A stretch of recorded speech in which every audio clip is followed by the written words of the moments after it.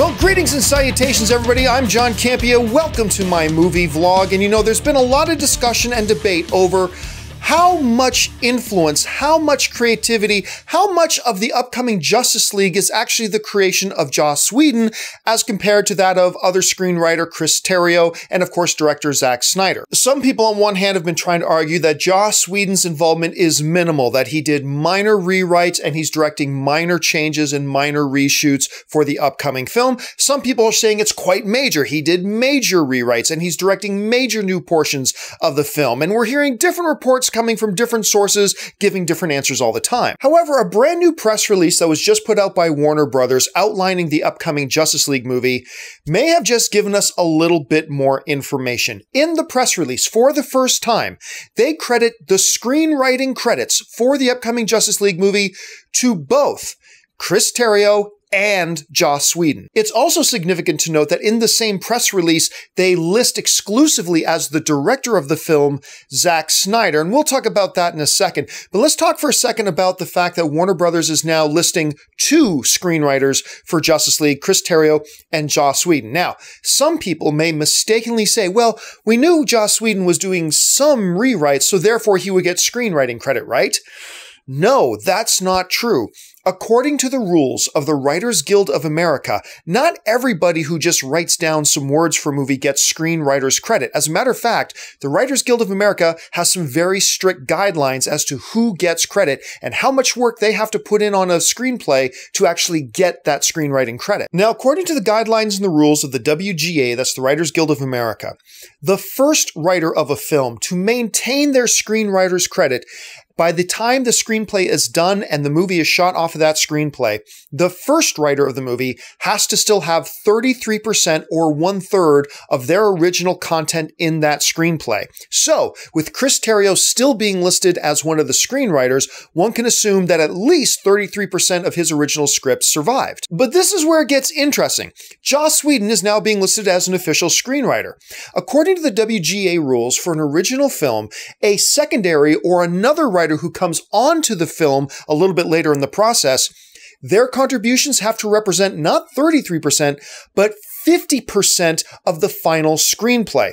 That means if the Jusitce League script is being treated as an original screenplay, Joss Whedon contributed at least 50% of the story. Now, I emailed with one member of the WGA today to ask, okay, would Jusitce League be considered an adapted screenplay or an original screenplay? And she suggested to me that she thought it was an original screenplay. However, remember last year, the WGA nominated Deadpool for a writing award, but it wasn't for original screenplay. The WGA seemed to look at Deadpool as a comic book movie as an adapted screenplay. Therefore, even though I'm hearing some people say Jusitce League counts as an original screenplay, it's probably safe to assume it's going to be counted as an adapted screenplay.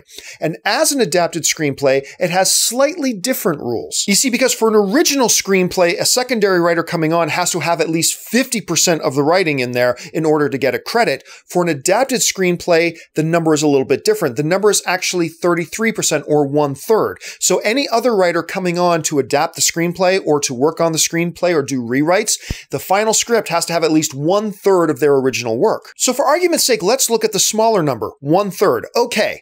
That means if Jusitce League works out to be like 2 hours and 20 minutes long, I can't remember what the actual runtime of the movie is going to be. I don't think they've given an official word yet. But let's say for argument's sake that Jusitce League is about 2 hours and 20 minutes long.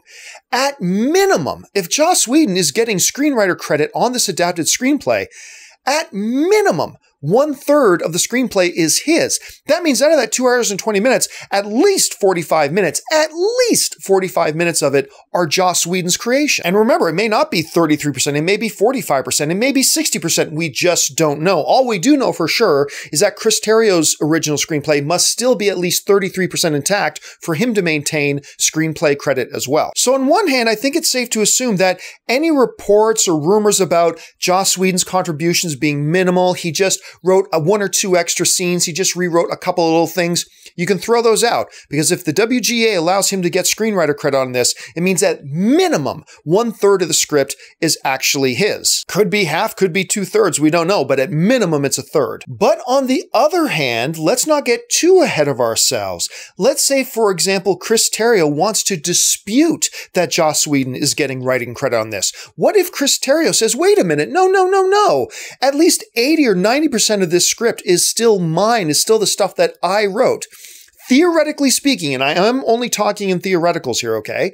Theoretically speaking, if Chris Terrio thought, wait a minute, this isn't right, Joss Whedon did not write enough of this script to get writer's credit, he could file a grievance with the WGA, at which point the WGA would arbitrate it, and the WGA would make a decision if Joss Whedon should get writing credit or not. So just because Warner Brothers is listing him as a screenwriter, who knows? Something could happen in the future. If Chris Terrio decides, no, Whedon didn't write at least 1/3 of the script, he may want to dispute it. We have to keep that in mind. Also, with Joss Whedon not being listed as one of the directors of the film, maybe that's the way Warner Brothers sees it. But if Joss Whedon decided, hey, wait a minute, I directed enough of this film and made enough significant changes I deserve director's credit, he could file a grievance with the Directors Guild of America. And the Directors Guild of America has final say over who gets directing credit or not. But then again, these are just theoreticals right now. Nobody is saying Chris Terrio is disputing that Joss Whedon did at least that much work on the screenplay. Nobody is disputing that Joss Whedon should get director's credit at this point. I'm just saying we'll have to wait and see. It's all theoretical. The important thing here is, what do you guys make of all this?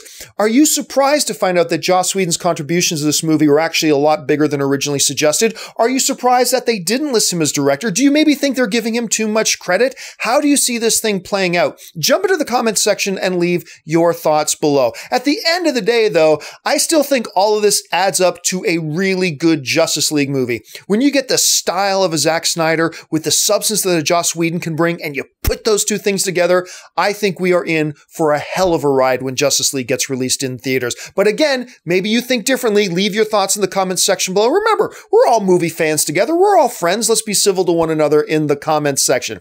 Listen, guys, while you're here, take a second, click on the subscribe button, become a subscriber to my YouTube channel. Follow me on social media, simply at John Campea. That'll do it for me, guys. So until the next video, bye-bye.